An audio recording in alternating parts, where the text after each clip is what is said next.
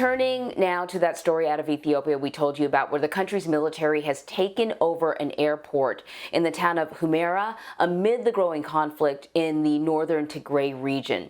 Humera is located in the far northeast of the country near Ethiopia's borders with Sudan and Eritrea. The airport takeover comes as the Prime Minister denies claims that he is ignoring international calls for peace in the region. So we're going to head over to Johannesburg, where Debora Patta, you are standing by to give us all the details. What can you tell us about what's happening in Ethiopia now?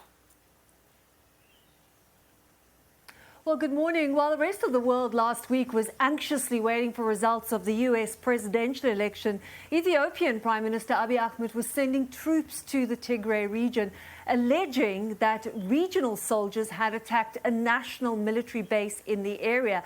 And that conflict has quickly escalated, with Reuters citing government sources saying that hundreds of people have been killed. There is, I should point out, no independent verification of those figures. But how did it get there so quickly, you might ask? Because if you'll remember, just over a year ago, Abiy Ahmed was receiving the Nobel Peace Prize for ending a 2 decades-old conflict with neighboring Eritrea. Now, Abiy Ahmed came to power on a very ambitious reformist agenda, really attempting to transform what is probably one of Africa's most repressive countries, and his big drive was to root out corruption.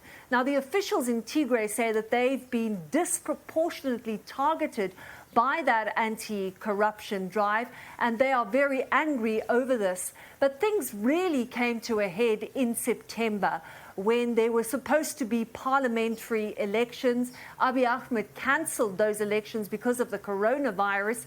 Tigray officials, who really for decades had dominated national politics, even though they only represented 6% of the population. Abiy Ahmed comes from the largest ethnic group, the Oromo. Tigray officials say that that attempt to cancel the elections was really nothing more than a ploy to mount a power grab. They ignored the ban on the elections, went ahead with them anyway, and then things came to a head and reached a tipping point with that reported attack on a military base last week. Now, the United Nations has called for an attempt to try and resolve the conflict. They've offered their assistance. The African Union has called for a ceasefire. So far, that is not forthcoming.